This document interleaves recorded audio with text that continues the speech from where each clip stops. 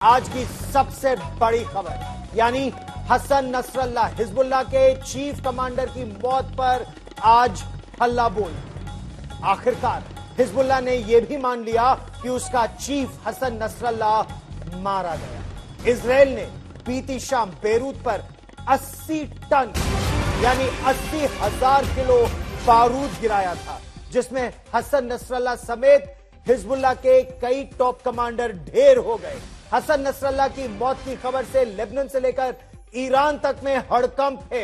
Iran के supreme leader Ayatollah Ali खamenei ने कहा है कि हसन नसरल्लाह की मौत से हिजबुल्लाह खत्म नहीं होगा।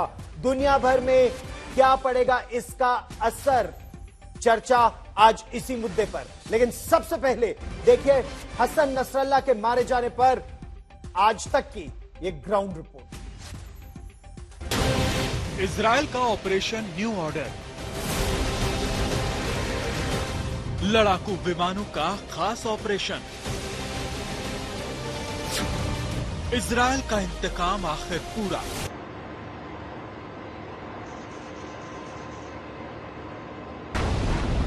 इजरायली वायुसेना के लड़ाकू विमान जब बेरूत के पास दहियाह में बम बरसा रहे थे तो किसी को पता नहीं था कि इस ऑपरेशन का नाम ऑपरेशन न्यू ऑर्डर है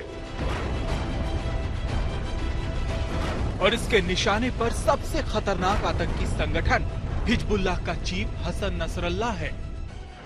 और फिर 24 घंटे के बाद इजराइल की सेना ने आखिर ऐलान कर दिया कि नसरल्लाह मारा जा चुका है। और जब ऑपरेशन न्यू ऑर्डर चल रहा था तब इजरायली वायुसेना के सारे सीनियर कमांडर इस पर नजर बनाए हुए थे।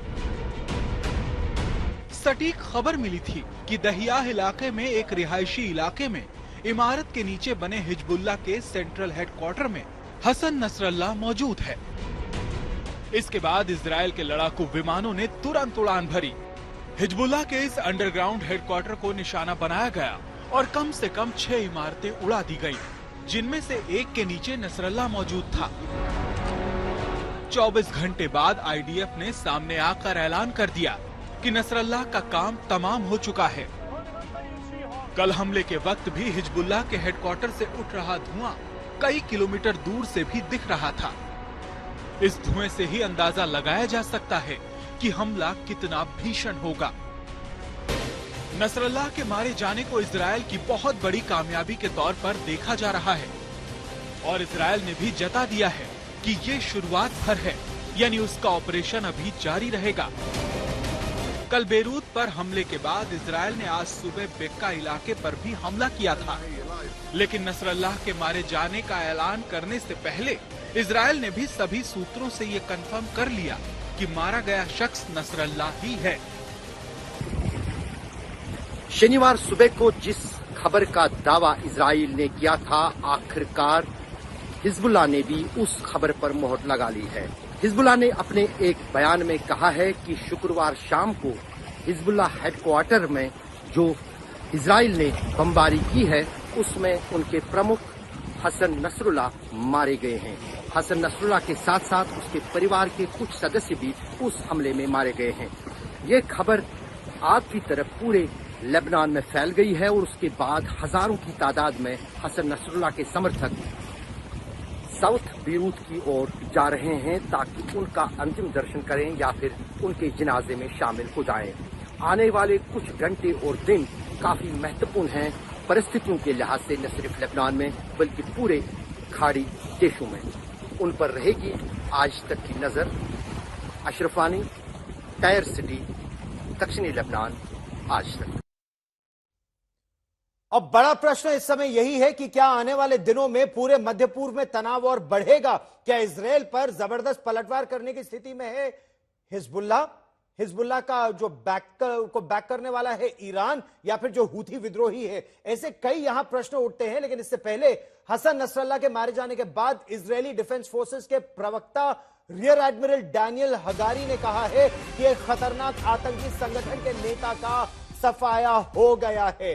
एडमिरल हगारी ने कहा कि हमारी लड़ाई लेबनान के लोगों से नहीं है, हिजबुल्लाह से है। यह भी कहा कि हिजबुल्लाह दुनिया के लिए बड़ा खतरा बनता जा रहा था। सुनिए। तो बड़ी बात रियर एडमिरल डैनियल हगारी ने की है। पूरी दुनिया के लिए बड़ा खतरा हिजबुल्लाह इस समय बनकर उभर रहा था और इसीलिए हिजबुल्लाह के चीफ के खिलाफ कार्रवाई जरूरी थी। इजराइल लगातार यह बात कह रहा है कि 7 अक्टूबर को जो इजराइल पर हमला हमास ने किया था, इजराइल की पूरी कोशिश अपने बंधकों को वापस छुड़ाना था और हमास के खिलाफ ऑपरेशन करना था, लेकिन हिजबुल्लाह ने उस पर आक्रमण किया और उसका अब इजराइल ने बदला लिया है। लेकिन इस समय कितनी बड़ी शक्ति है हिजबुल्लाह, आपको सीधे लिए चलते हैं बेरूत से हमारे साथ, और बेरूत से भी कुछ दूर दक्षिण लेबनान में टायर के इलाके में, जो बिल्कुल गोला बारूद के बीच का इलाका है, वहां पर इस समय आज तक संवाददाता अशरफ वानी मौजूद है। इकलौते भारतीय संवाददाता है, ग्राउंड जीरो से रिपोर्टिंग कर रहे इस समय। अशरफ, जमीनी स्थिति क्या है? अब तो हिजबुल्लाह ने मान लिया हसन नसरल्लाह मारा गया, इसके बाद कितनी शक्ति बची है हिजबुल्लाह की?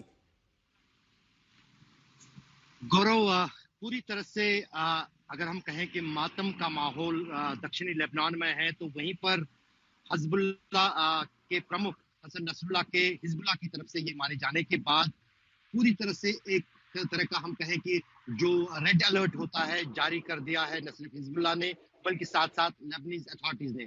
लेबनीज अथॉरिटीज का उतना चलता नहीं है लेबनान में जितना हिजबुल्लाह का चलता है। हमने देखा कि जो ही ये खबर हिजबुल्लाह ने पुष्टि की इसकी कि हसन नसरुल्लाह मारे गए हैं, तनाव चारों तरफ दिख रहा था। कई सारे लोग और हिजबुल्लाह के कमांडर अब सबसे पहले जो है हसन नसरुल्लाह के जनाजे और कफन दफन के प्रक्रिया में जुट जाएंगे। हजारों के तादाद में लोग यहाँ पर जुटने की उम्मीद जताई जा रही है, न सिर्फ लेबनान से बल्कि सीरिया, इराक और ईरान से भी। तो जाहिर है कि तनाव भरा माहौल है। जहां तक बदले की बात है, इसमें कुछ देर ईरान भी और हिजबुल्लाह भी ले सकता है, क्योंकि आमतौर से देखा गया है कि जो हिजबुल्लाह की तरफ से किया जाता है बार बार, जब उनके कमांडर भी मारे गए, जब बाकी सारे लोग मारे गए हैं, वो इस मारे जाने को अपने लिहाज से सेलिब्रेट करते हैं, एक और कहीं ना कहीं बड़ी उपलब्धि मानते हैं।